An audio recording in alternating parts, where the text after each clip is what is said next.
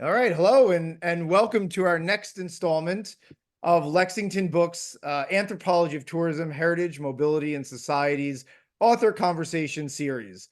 I'm Michael Giovine. I'm the series editor of this wonderful book series. I always like to show. I love the very picturesque books.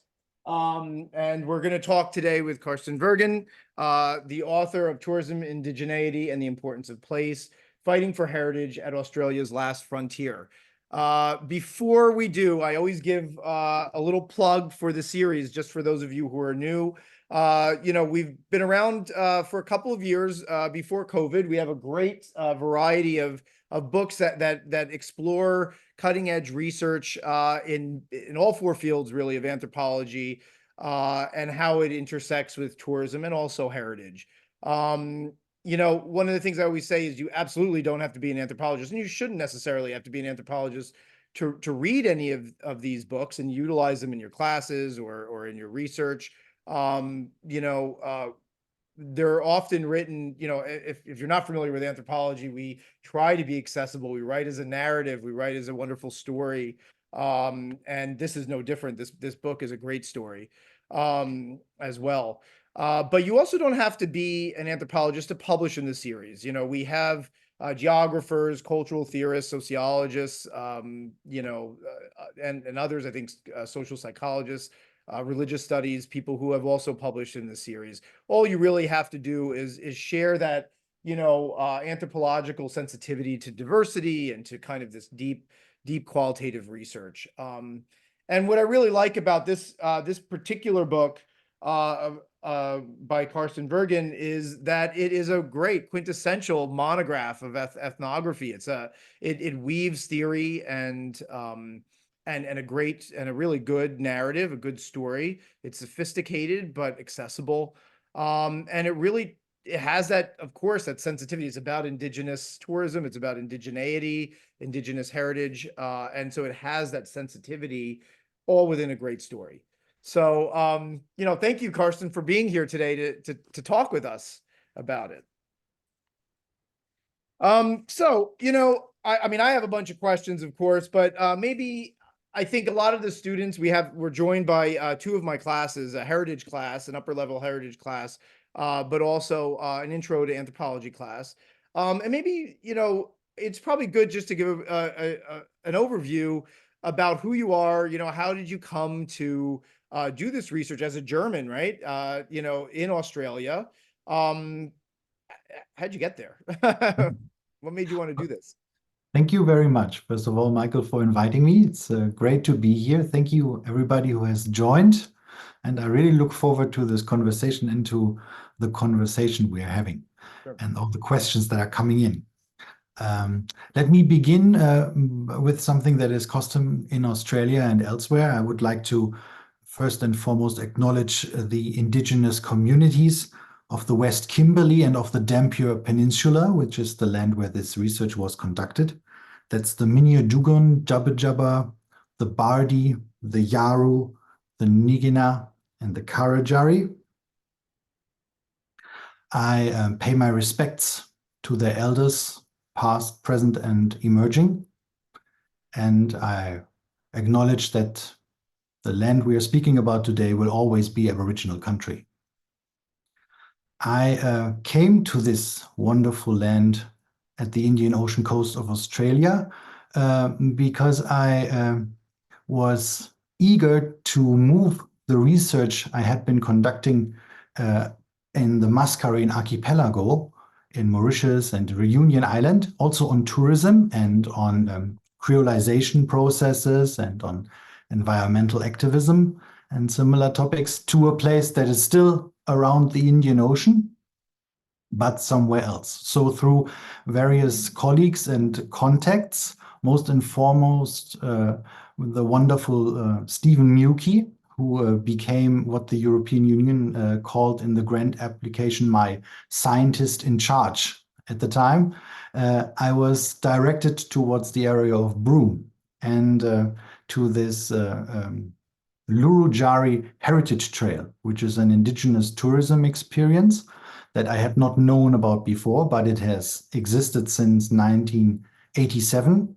And I became very interested in this Lurujarri Heritage Trail as something that might, I was wondering if it did so, that might assist to give a voice to the indigenous population of the area within the wider Australian context and society as a tourism venture that kind of creates and kind of, how should you say, bridges the gap between the different knowledge systems, the different understandings and worldviews, and between the non-Indigenous and the Indigenous people.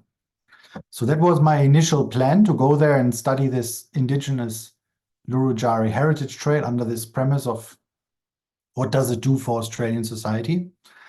And then in the course of the grant application writing process and everything, what happened was that all of a sudden a large resource company from Australia called Woodside had proposed to build a liquefied natural gas facility, so an LNG facility with the cost of an estimate $35 billion right on top of that heritage trail. So right at the Indian Ocean coast, in order to extract gas from within the Indian Ocean, an area called the Browse Basin. They would pump the gas and then liquefy it in this LNG facility and then ship it off to be sold. So that project that I was planning to do on how this Indigenous Heritage Trail kind of links non-Indigenous and Indigenous people became, it got a very significant twist all of a sudden. And it became this really challenging question of, heritage and the values inscribed in the land by Indigenous people, by environmentalists, by people that want to experience the place as it is, versus those that say, this is actually an unvaluable, not really relevant area. We're gonna have to make it valuable by building this industrialization thing. And this is, it was one of the first things that you say in the book. And by the way, just, here's I don't know if you can see this, but here's the map of what we're talking about. Yeah. Right? One of the things that you say is that, and it's a very interesting and complex thing, because you say that, heritage preservation and resource exploitation are often conflicting domains. And it certainly does seem that way here. And that's right off the bat in one of the first pages. And I want you to explain that, if you could, why that would be the case. But then towards the end, you get a very much more of a collaborative approach as you move on in the ethnography. And you see this more of a web of negotiations and everything. And so it doesn't seem so binary anymore. So maybe could you explain, first of all, why you would, how heritage preservation resource exploitation seems to be conflicting, and what does that mean? And then what does it mean by saying maybe there's some mutual conflict resolution that could go on in this area? Yeah. So yeah, thanks. Sure. So this area, this question of heritage preservation, when you take it from an indigenous point of view, is very different to what we understand from a non-Indigenous point of view of what heritage preservation might be. And that's related to the fact that Indigenous heritage in Australia is directly bound, not only in Australia, but I have to speak about this particular area. That's what I know most about. So in Australia, it's directly linked and bound to the land, right? So it's bound to what the Gularabulu community, who are running the Lurujarri Heritage Trail, who have been instrumental in really preserving a lot of the heritage of that area for a very long time, what the Gularabulu community calls their living country. So instead of talking about indigenous land that needs to be preserved under certain rules and regulations, they call it their country, their living country, which is directly linked to the well-being of themselves, right? So you provide for the land, for country, and country provides for you. But if one stops providing, the other will suffer, and vice versa. So the idea to build this LNG facility right on top of this Lurujarri Heritage Trail, so in that sense, covering the living country under literally under 10 meters of concrete, is of course challenging then to, how do you come to terms then with the idea that this country can still provide for me? It can start providing for the resource industry maybe, or for through the money and what is generated out of it, but it will not provide in the same way in the indigenous sense for the land. So the heritage preservation they are doing is directly linked. So that's also why they call it a living heritage. It's not something that is just commemorated or that tells about significance in the past. It's actually this past, which is also part of the present and the future. So without that past being preserved, there's no future for that community.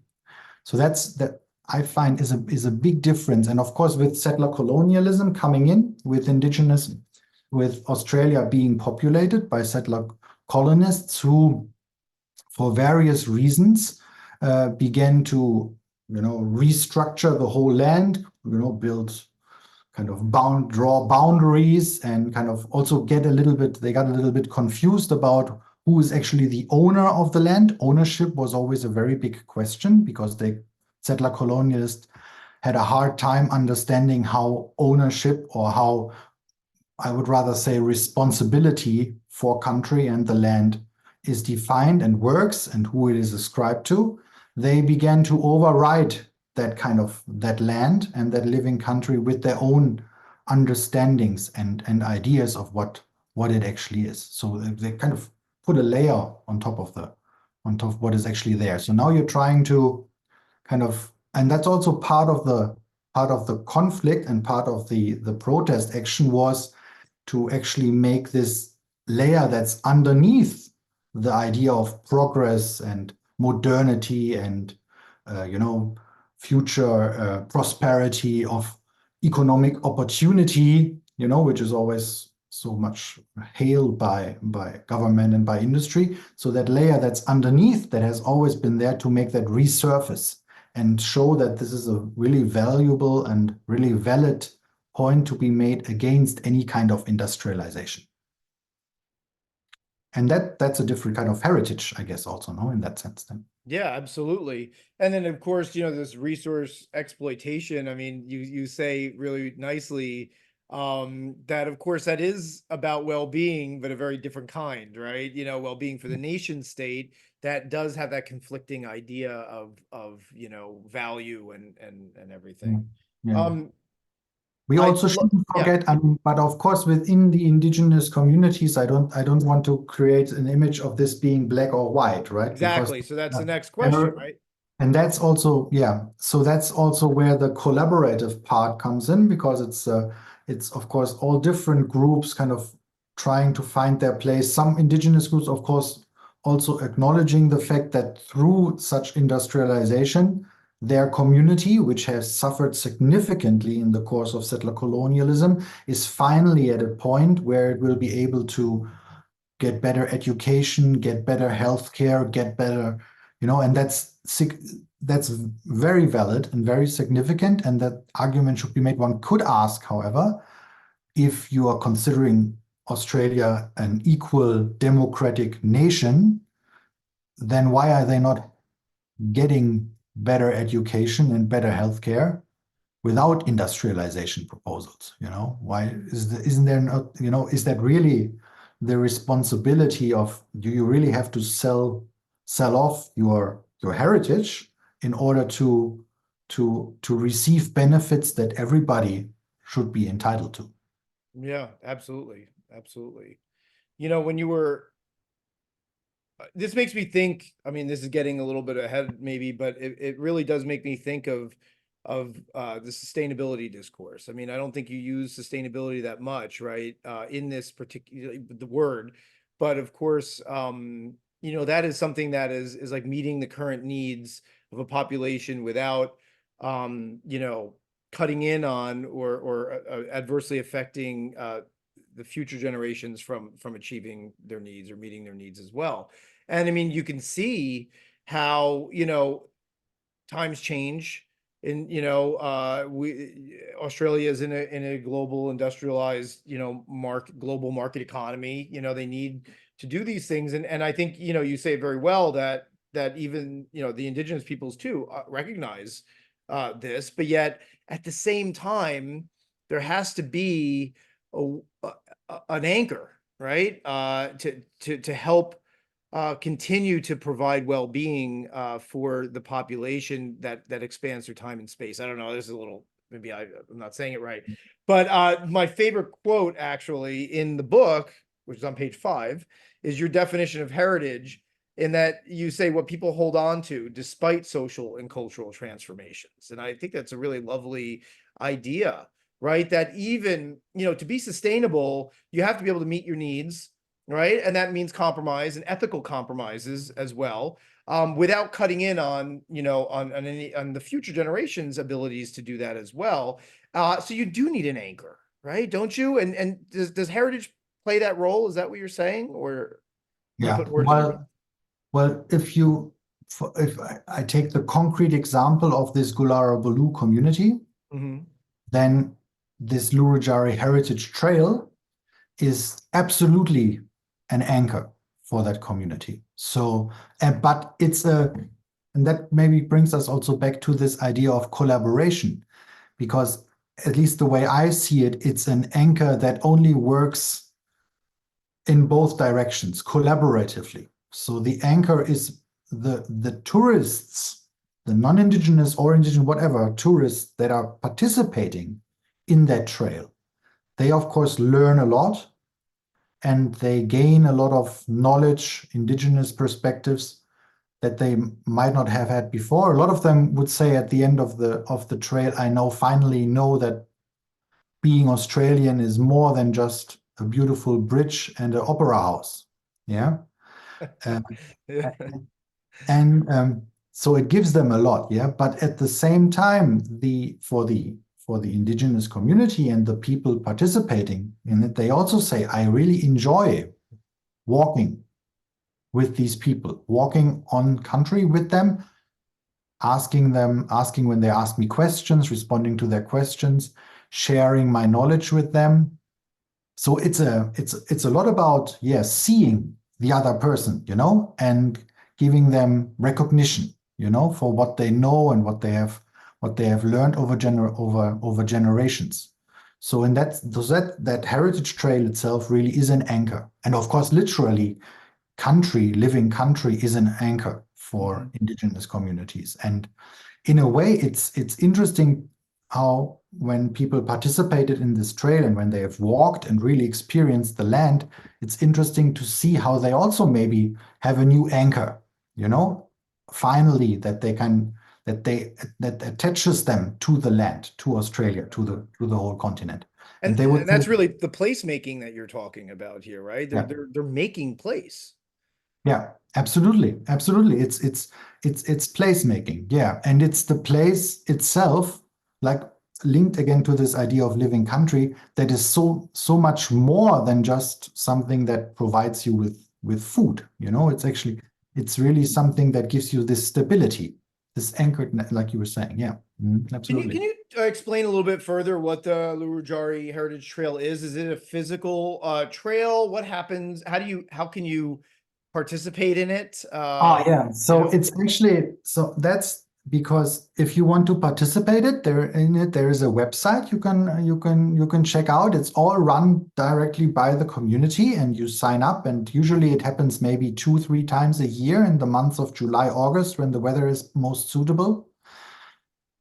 And yeah, I mean, some of you might have heard about the idea of the dreaming, or of the song cycles. So which are basically these kind of routes that crisscross Australia and that link different places together. And there are narrations that you learn, and then through those narrations you learn also where these routes lead you.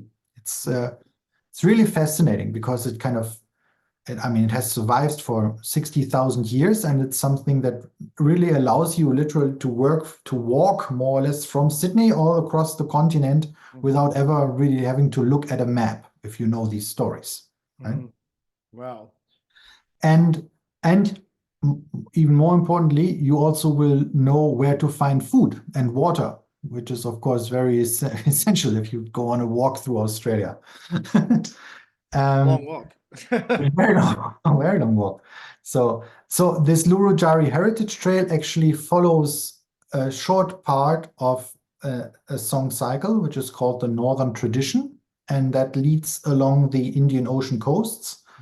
And it's a 9-day walk. It actually walks it from the end to the beginning, so the other way around. It starts in the town of Broome, which is a fascinating place in itself. And from Broome, it then really follows more or less along the Indian Ocean coast for 9 days.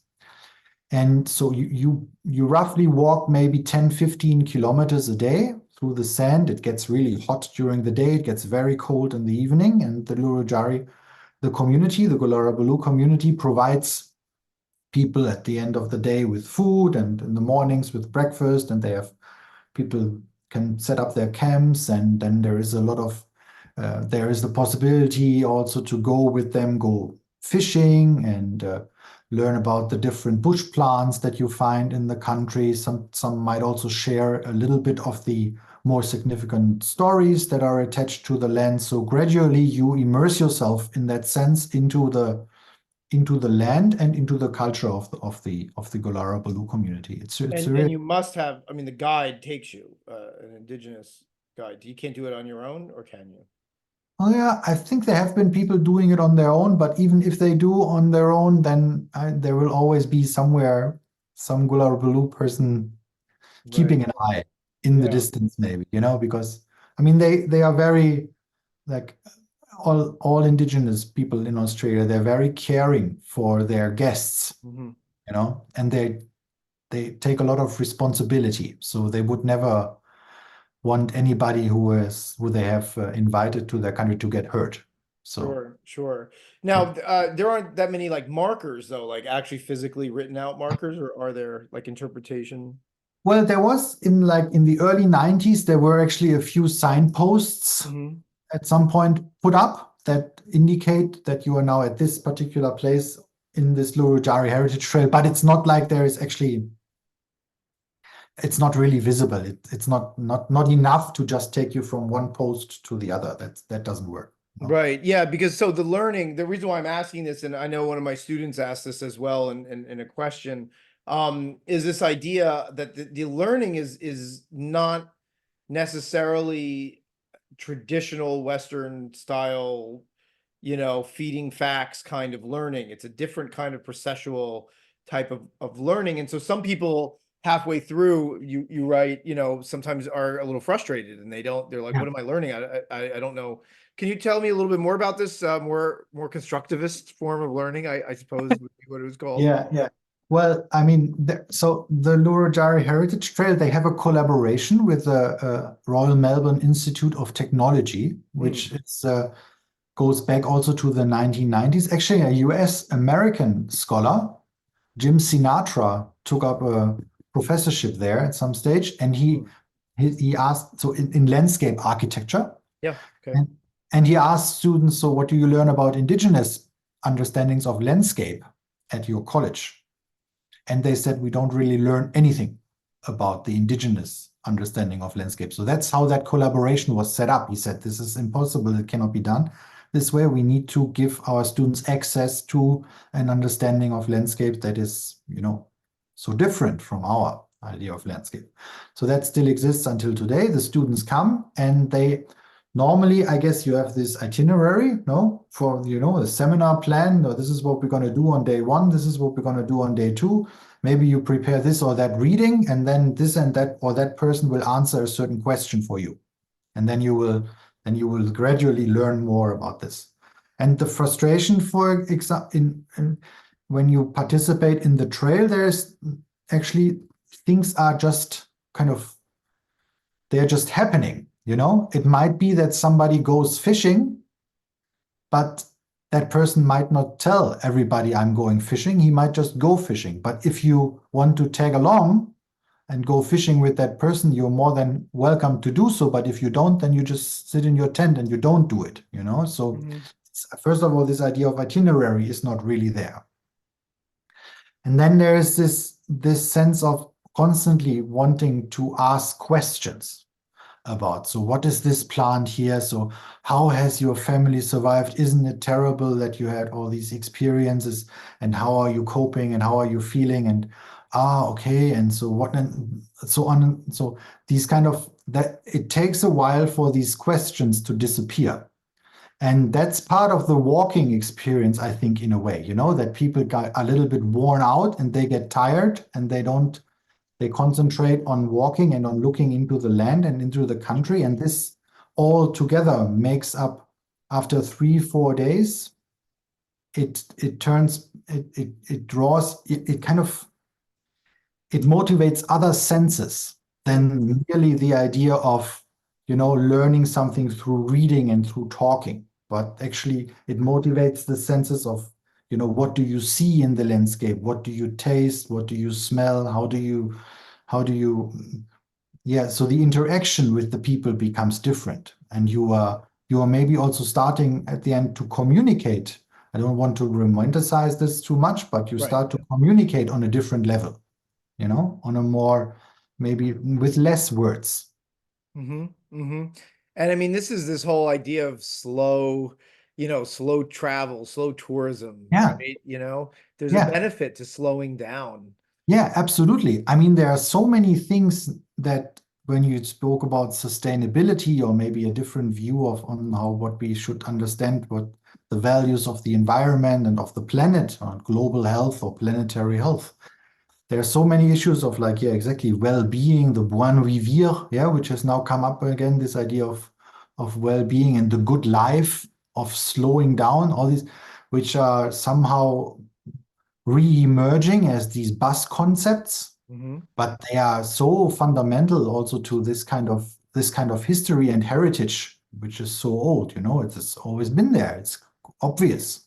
And Yeah, yeah, absolutely. And I mean, those anthropologists that work with indigenous communities often are talking about, slowing down. I mean, my own colleague Paul Stoller, who works with, the Songhai of Niger in West Africa. I mean, he's been writing in the Huffington Post, Psychology Today, like popular pieces on slow living, right? Like learn from the elders that, sometimes in this fast-paced world, you got to slow down and you get this for well-being, for a very yeah, holistic well-being.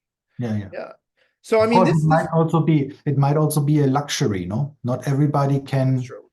I mean, it can for many people that maybe live in a more precarious situation, they don't have or they might not feel that they can even slow down. On the contrary, they have to constantly hurry up even more. That's me, Yeah. right? No, but it's true. But at the same time as well, we could always I run a study abroad program, and granted it's 5 weeks, so it isn't like a week, and you have to like hit Rome, Florence, and Venice every day or whatever. But I specifically don't do those big places, and we are living in the town of Perugia for 5 weeks, and just Yeah. have that slow down. Yes, you're missing, unless you go on your own, right? You're missing the big, Venice and Florence and all that stuff, but there's something extra, about being able to just, and to me it's also a good kind of decompression. So have you had students come up to you and say, "Why are we sitting here for 5 weeks in this town of Perugia? Well, Why, I why, don't, because we do why a I'm not lot of seeing like that?" preliminary stuff, so they know already, I think. Oh, they know. Okay, yeah, yeah. So and they're not and from. the trains are fine, so they do end up going and exploring on their own. Yeah, But what I do have, and there are some I know that are on, Sadie's on, and some others that have gone on the program who have returned because they enjoyed it so much. But they often come back understanding sustainability better, right? This yeah, idea, like it's just, but they often say that it's frustrating because when they get back, they can't utilize the same kind of sustainable, slow kinds of forms of living back on campus or at home in Mhm. Pennsylvania, USA, Mhm. you Mhm. know. So I guess the other question that I would have is, so the trail, the Lurujarri Trail, is a great example of indigenous tourism as well, right? Um, Yeah. what is indigenous tourism? Can you explain that a little bit, Well, I think if you can? I know first, you talk yeah, about. first of all, I would call indigenous tourism anything that actually indigenous communities would be setting up themselves, Yes. Yeah. right? Yeah. Mhm. So it should first of all start from the indigenous point of view and from a motivation of a particular community to say we want to go into the tourism business and we want others to come and share our ways of living, our way of life, or so it should not be something that's implemented from top down, that's like, okay, wow, this is great. We have this community living over here. Why don't they don't seem to have sufficient economic resources. Why don't we set up a tourism business here and call it indigenous tourism? Right. That won't work. That won't work. So this idea of sharing your heritage, your culture, I think, and really the willingness to do and share this, I think that's fundamental to indigenous tourism.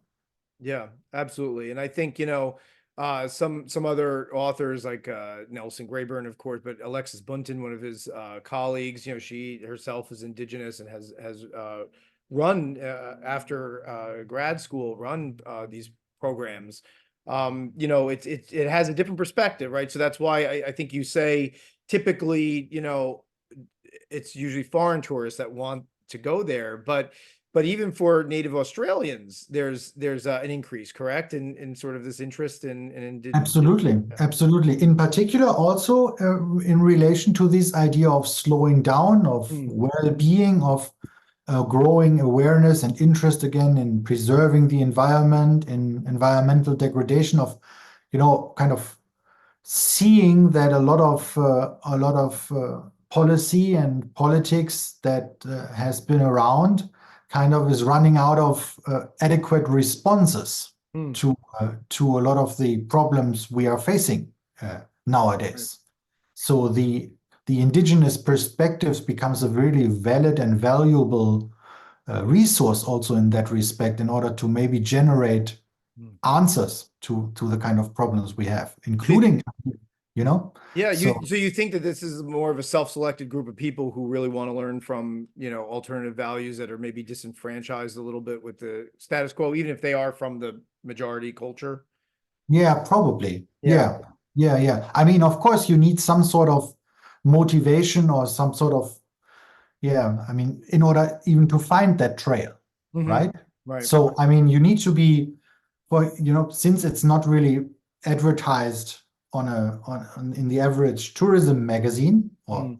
actually by now it might be that you Yeah. find it on a Qantas flight somewhere if you find an article. Certainly at the time it became more and more prominent when this conflict was on.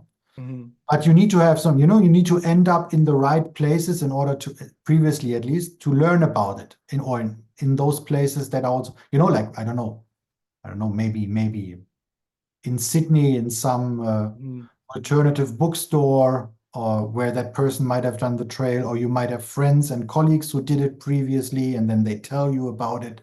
So this kind of word of mouth thing. Sure. So yeah, certainly there is some sort of, yeah, some sort of motivation that guides you. But isn't that always a little bit the Yeah. case, that there are certain motivations that lead you from one thing to the next? And that's Yeah. really how heritage really works, to mutually inform tourism. Tourism gives heritage life, is what I've said before Yeah. in different contexts. But heritage is the thing that motivates tourism. It raises awareness. It adds value or pulls out certain things from a vast variety. Anything could be touristic, if you see it in a particular way. If you have that tourist gaze, but heritage kind of comes in and says, "Hey, this is how you should be seeing this." Yeah. Thing. But what I love too is when you were talking about the trail and indigenous tourism, actually on page 79, I even wrote down the page number. You said that actually outside forces can be destabilized by indigenous tourism. Yeah. that there could be some sort of, what do you mean by that? Well, like if somebody comes in I mean, for example, what the Gularu community and the other people there initiated were their own citizen science projects, community run research projects on the particular values of the land, of the particular animals and species that live there. And like for example, that area is famous for its humpback whale migration Mm-hmm.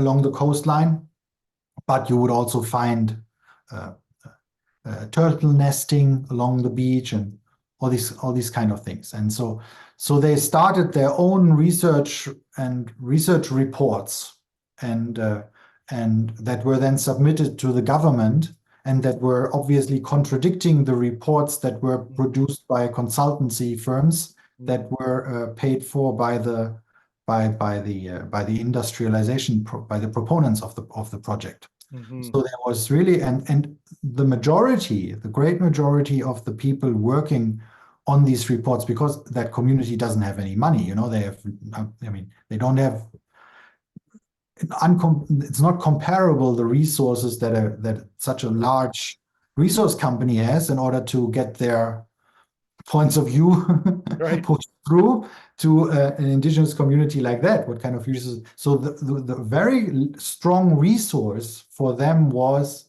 the relationships they had created because of this trail over the many years.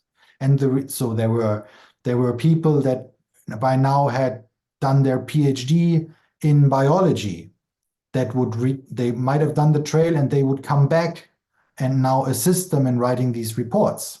Or there might be people who are now quite high up in some rather important national newspapers, and they would make sure that that story from the other end of Australia makes its way into the headlines of the Sydney, to be read by Sydney and Melbourne at the other end of, which might not have been the case. So there's all these people are in a way, if you want to call them, they have been at some point tourists, right? Mm-hmm.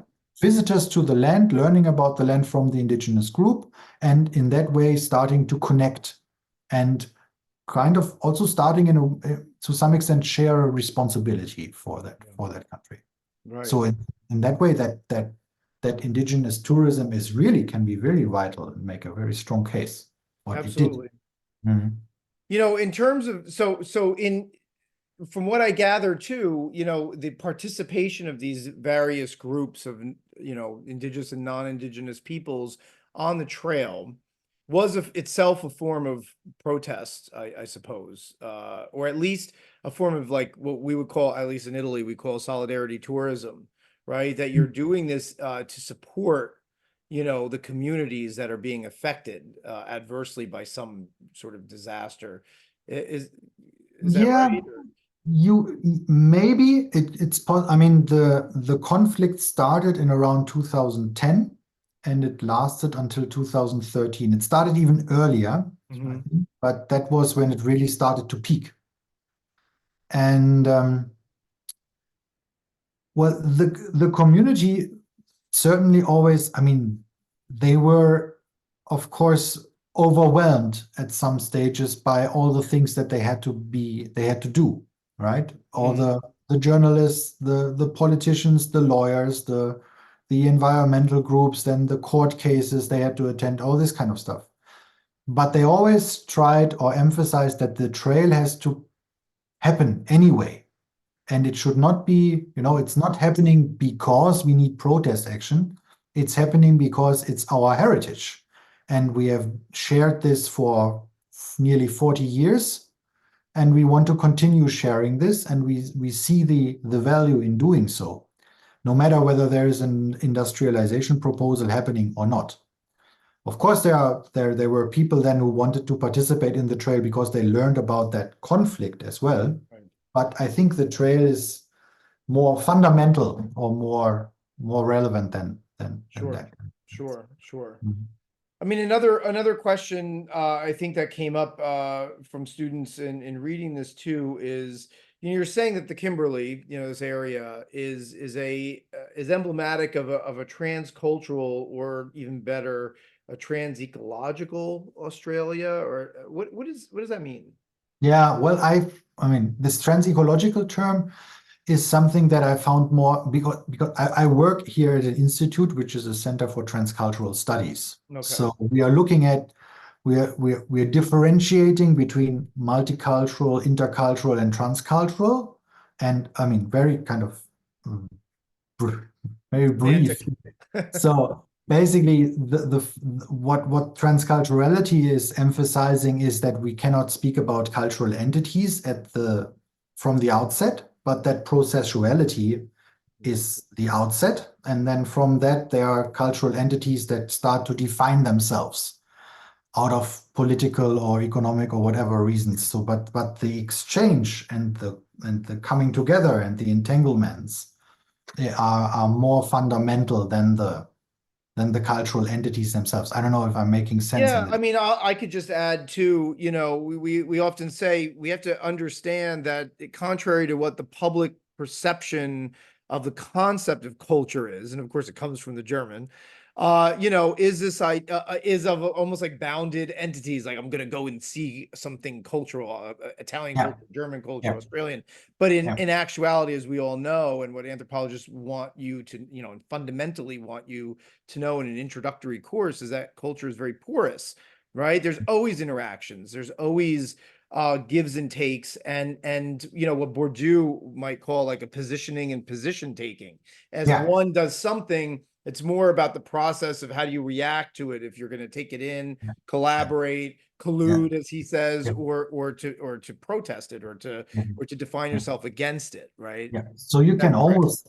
almost say ideally, if that kind of definition is what we understand as culture, then we can get rid of the term transculturality. Right. But the transcultural is valid and to remind us that Yes. this emphasis on the process is so important when we speak about culture, right? And so that's the trans ecological, because ecological means the same thing. It's this holistic everything together in the process, but you're emphasizing the trans aspect, right? Is that Yeah, because I mean, maybe that's due to my initial going to Australia for understanding non-Indigenous, Indigenous relationships and how they unfold in this tourist experience, right? And then learning about living country at least in my understanding, a lot of the country is missing in transculturality, if I don't think trans-ecology in that sense, you know? Mm-hmm. If I don't, so all I'm trying to do with that concept of ecology is to add to the processuality that emphasizes process within cultural formation, to add the ecological dimension, to give more relevance to the environmental, to the ecological, to the climatic, to the fauna, to the flora, to all these other factors that also play an equally important role, I would argue, in the formation of culture. Mm. Yeah, because that's a almost a difference with indigenous heritage, is that there's this human and non-human or other living thing interactions that Westerners tend to kind of separate out a little bit more. So taking any kind of ecological approach, especially a trans ecological approach, certainly emphasizes that holistic nature. Yeah, yeah, and Yeah. that's So, what I'm trying to do. yeah, absolutely. So I wanted to call up a couple of my students who asked some interesting questions. They all did. But so, wake up, come back to the screen if you're not, but, yeah, I'm going to call a couple of you up, and let me ask one question while I bring you all up here is, you did have a nice section. We talked about this before we started on methods and the ethics of doing this kind of research. Can you perhaps just say a few words about how ethics and the kind of oftentimes a little bit annoying, and I've talked from somebody on the IRB board here at Westchester University, but I know people perceive it as a little bit of an annoyance. how that has actually helped shape the research and push you to think in different ways, because I think it's worthwhile. Yeah, well, first of all, I realized in writing this application for the European Commission, Mm-hmm. or Okay. I actually did not realize it at the time, but that the ethics requirements that the European Commission had spelled out are significantly more, at least at the time, they were significantly more, let's say, sophisticated than the ones that you usually encounter when you're an anthropologist working in Germany, applying Mm-hmm. for a German research institute. This has changed a lot over the past 10 years, and questions of research ethics are really very, very fundamental nowadays in anthropological discussions, and they're being rewritten, and there are special committees and in the associations and so on and so forth. But at the time, just to give you an example, the ethics committee, the European Commission asked me to provide ethical clearance from the institutions that I'm working with, right, to conduct this Mm-hmm. research. So, submitting the informed consent sheets and everything that's related to that, and making clear how I am going to approach my informants and introduce myself and so on and so forth. The ethics committee that was available to me, the only one, was the ethics committee from the medical faculty. Mm. There was no other ethics committee at my home university at the time, and it wasn't just that university that I could approach, to get ethical clearance. And of course, if you have a medical faculty, their ethics committee is dealing with questions of, I don't know, DNA sampling, or dealing with sensitive data from people who are ill. They didn't know what to do with an Right. application from a guy who goes to Australia to speak about a heritage trail. They were thinking, why? So in the end, they just followed the recommendation of my host university in Australia, which of course had a sophisticated ethics committee already in place that could address this issue.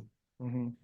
So, so that I guess in a way that kind of these challenges, these kind of institutional challenges already kind of kickstarted my whole research project, because of course I was not planning to do unethical work, right? But Right. Right.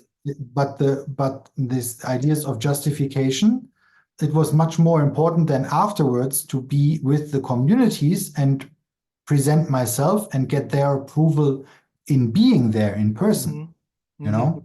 But I would not even have gotten there in the first Right. place because of these challenges that I had to fix. Yeah, But and it this is pushes you to kind of make those connections, right? You had to get approval from different indigenous groups and yeah, but also it needs you need to go there and get approval face to face. It's Mhm. not enough, if some of my informants were hardly able to read or write. Right. So how do I, how do I get their prior approval if I can't even be there and speak to them Right. Right. what I want to do? Maybe there are different ways of being approved and kind of having this kind of ethical Yeah, approach. absolutely. I always say that it's always good to kind of push, to do the IRB, to do these ethical, while it's a kind of a pain, and you often go through iterations and they ask you to do things that you didn't think of before, or you don't think is necessary. At the end of the day, it allows you not only to think more ethically about your impacts and everything else, but it often gives you different ideas and puts you into different situations. Absolutely, but maybe not. But you're right, absolutely. But just to add, I was saying this earlier to you as well. The first questions usually that I would get, question number one from whoever was, who do you work for? Hmm. Are you government? Are you industry? What do you want from me? Who do you work for? And the other question I would usually get was, so what's in it for us? Right. Yeah. So Right. what are you giving back to the community when you're doing this work? Why are you? It's not about money. It's about what do we get from you coming here? We sharing all our knowledge with you. What do we get from that? Why? Why should we do that? you know? Yeah, And absolutely. and that's, I think that's one of the really big ethical questions one should ask when before you set out for field work anyway. Yeah, absolutely. So going on with that, David, I know you posted the question and you know, and you also posted it for the class. If you can you ask the question that you had? Yeah, sure. So my question for you today is, if you could do this ethnographic study again, would you do anything drastically different, or even now with your new knowledge, any small changes to understand what happened more relating to the huge protest? Mhm. Oh, that's a very difficult. Thank you for that question. That's that's a difficult question to ask for an anthropologist, I find, no? Because I mean, at least the way I go into the field is usually rather, I mean, if I would do this research project again, I would do it differently, but quite honestly, I don't think I would really know what the difference would be up until it's finished. Mhm. Because I don't know if that answer helps you, but I always, because I go into the field usually, of course, I have a preset of questions, something I want to find out, something I want to ask people about and learn about, and then, something that brings me from one person to the other, and then kind of leads me to new questions and so on and so forth. And of course, I would go into the field differently with all the knowledge that I have gained over the course of the past 10 years doing this research. So my questions would be different. The people I'm meeting would be probably different because I've met a lot of them by now. So the context I would have would be different. That's for sure. But in what kind of a direction that would go, or how it but saying now what I would do differently, I couldn't be sure. Mhm. No, probably not. Does that help at all with the? Yes, it does. Thank you so much.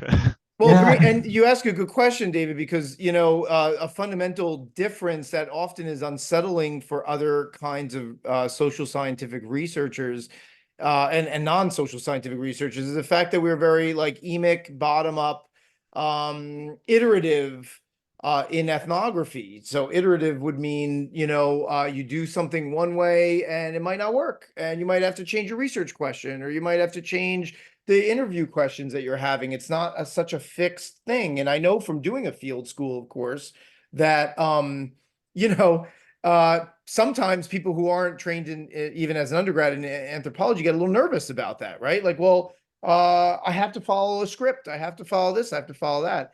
We're Yeah, a little more flowy, you know, a little loosey Yeah. goosey. like Yeah, yeah, thinking yeah. on the spot. Yeah.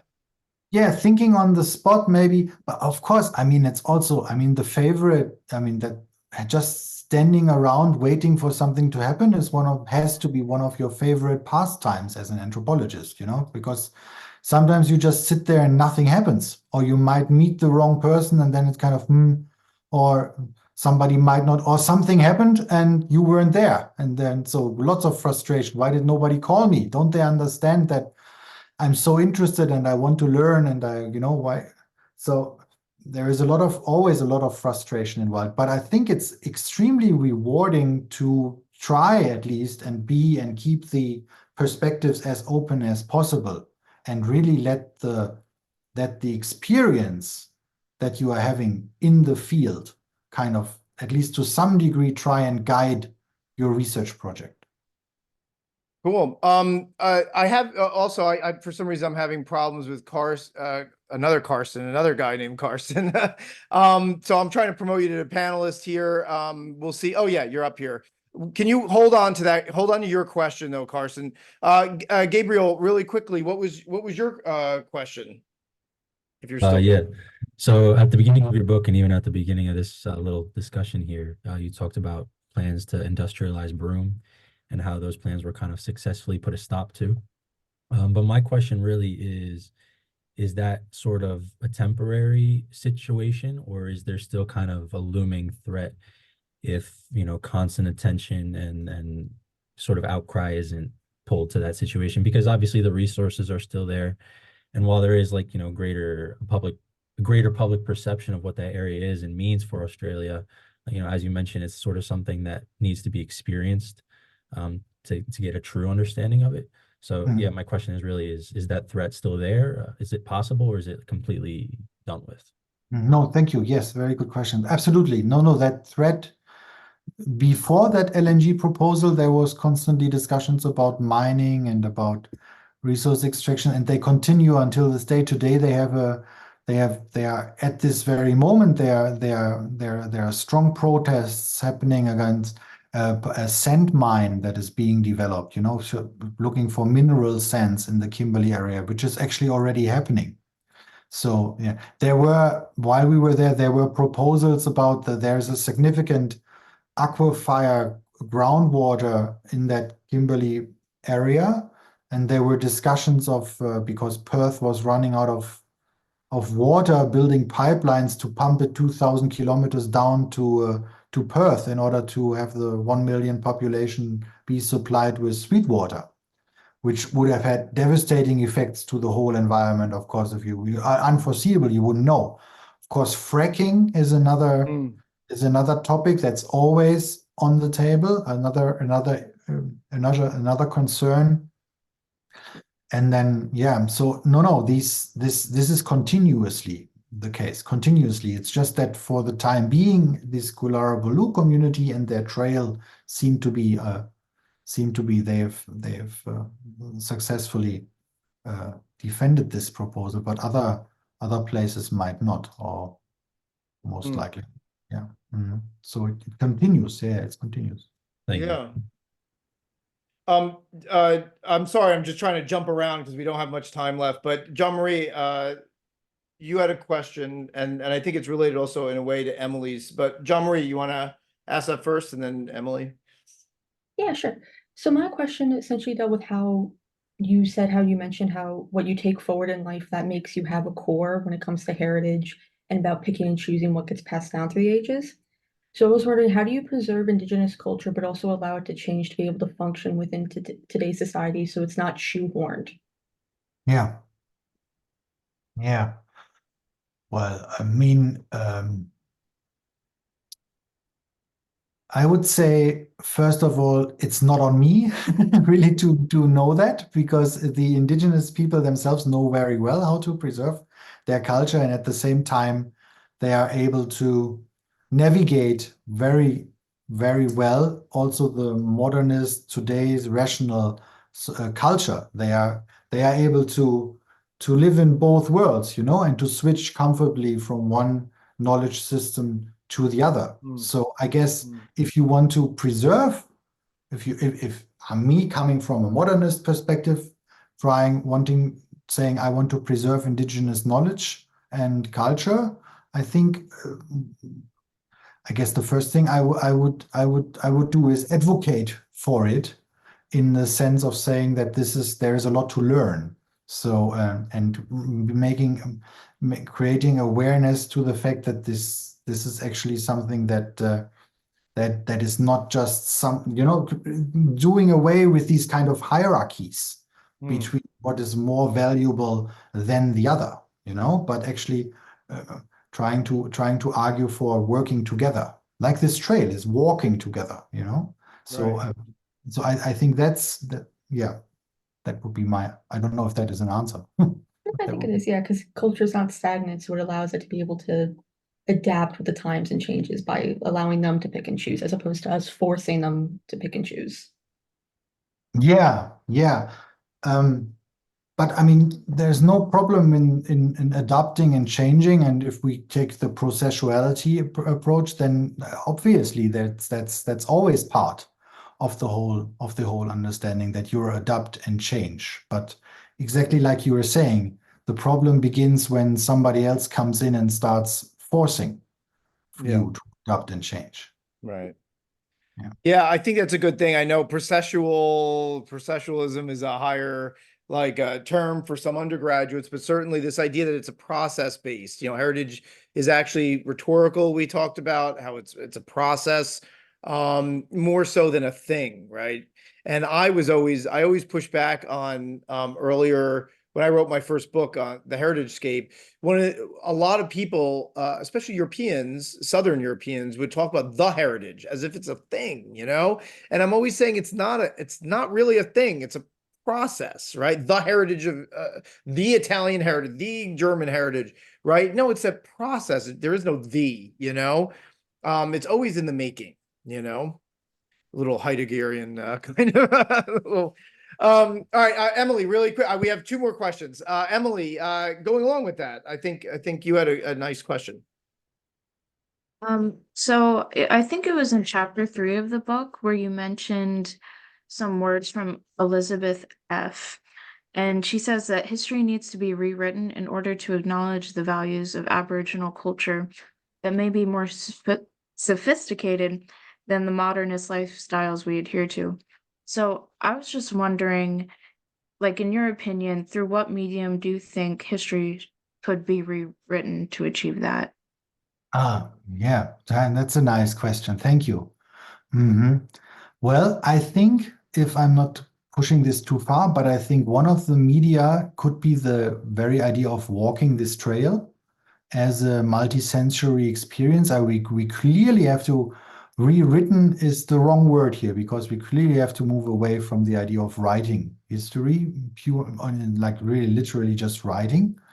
But there are all sorts of also visual components that could be very relevant here. You know, idea of video productions, kind of anything that helps you. Or a really nice, I find interesting, also controversial example, but is an exhibition that is called Songlines, and it was touring the Europe and also in the States. I don't know if it's ever going to come back to the States as well, but if you have a chance, then it's an exhibition about a particular dreaming story about the Seven Sisters, which is also an image in the sky of a particular a star constellation, and it is curated by Indigenous. Oh yeah, there you go. And it's curated by Indigenous community members. And it really very nicely, I find, integrates the Indigenous knowledge and the modern knowledge, and also but the history attached to it. And so, for example, a very moving, for me at least, thing at the end of the exhibition is because a lot of the elders that have memorized and have in that sense preserved that story, they at some point in time when they started to make paintings, right? Indigenous artwork, drawings. And those paintings they are painted on the ground, right? So you sit on the painting, you know, dogs might run across, a little bit of ash might drip on it, doesn't matter. You are painting basically the country, and you're painting the significant sites in country on that painting. So these paintings are featured in the exhibition, and the people that preserved that story, they got older and older. They went into these retirement homes that were deliberately set up in particularly relevant sites. And even though they could hardly move and they could not really paint in the same way they used to, until they would pass away, till they would still make these little marks somewhere in drawings, kind of trying to preserve that story and pass it on to the next generation. So this kind of multi-century approach, I think, would be really relevant and helpful in order to rewrite history in that regard. That's great. Yeah. So let's end it with let's not be polemical, but let's end it with Carsten's question that I think is pretty relevant in general right now. Yeah. Right. Thank you for talking to us. My question is, while you discuss like separations and challenges between Indigenous versus non-Indigenous worldviews, how do we make steps to reconcile two communities with longstanding claims of being Indigenous? Like we've seen many conflicts around the world between multiple groups that claim the same land, similar history, and the right to practice their culture within that region. So like what kind of ethical frameworks should be followed in that instance between competing interests between different groups that claim Indigenousness? Yeah. I don't know. I think it's a really difficult, it's exactly what happened on this Lurujarri Heritage Trail country as well. There were different indigenous groups claiming to be responsible, and also the town of Broome actually has that issue. It's a whole, I mean, it's a whole new webinar to get into that. But they were really very strong, of course, for all sorts of reasons. Also, again, the question is that, shouldn't we take the money and make for a better future of our children? So it was not clear cut, we are all against and we are all for it. So, and that's exactly the problem, because in the end, it's a Western legal system and apparatus that determines who is the rightful custodian or person to speak about the land. And it is extremely difficult to do so when you are actually supposed to think in different kind of terminologies or different kind of worldviews or different kind of when the values or the rights, starting with the fact what I was saying at the very beginning of this conversation, that it was difficult for the settler colonists to understand who owns the land. But what if ownership is actually not the problem or not the concern of the people? We don't own the land, we share a responsibility for the land, right? But if somebody comes in and says, I give you $30 million if you sell me that land, you have to be an owner of the land. And one community would say, we can't own this land, so we can't sell it. We were responsible for it. And the other community would say, yeah, but come on. I mean, this is now modern Australia or modern whatever have you. We are, of course, we can sell this land. We are the owners recognized by the law, by Western law, so we can sell it. You know what so it's extremely it's extremely difficult to say, but the conflicts have always been there, and Indigenous Australian people previous to colonialism had their ways of dealing with these conflicts, which might also have been violent, and not sure if they should go back to these kind of way of solving the problems, so at least some of the ways in which they might have done them. But it's part of the settler colonial encounter, and the big challenge and problem that comes from it is this fact that now we are sitting here and we don't know who's right, who's wrong. In terms of heritage too, Barbara Kirschenblatt Gimlet once wrote about the fact that heritage is produced through negotiations, right? Through these tensions and arguing over the wording, the narrative, the ownership, because what emerges from that, whether it's a compromise or whether it's something different, it brings to the fore the biggest issues, right? The most important issues that then can be worked out, Yeah. But yeah, it's a difficult question. It's a really relevant question. I mean, if it's a great that, we're after this webinar, we're going to have our last heritage class. And I think it's something to talk about in more detail. Where do we go from here? This is the real practical purpose of discussing heritage, right? Yeah. These different problems that exist today. A lot of it has to do, whether or not we use the term heritage, it has to do with these conflicting ideals of heritage. Right. Absolutely. Well, I think we're out of time. Thank you for those of you who stuck around as well, but especially thank you to all the questions, and especially to Carsten Wergin, author of Tourism, Indigeneity, and the Importance of Place, Fighting for Heritage at Australia's Last Frontier. Please get the book and read it, review it. And let us know what you think. This was a really fantastic, true ethnography, right? Really deep, deep analysis, right? I love, I'll just say one other thing that I really love in terms of pitching this to people too, is that part of ethnography, especially, is to give voice to the voiceless, let the subaltern speak, as Spivak, would say.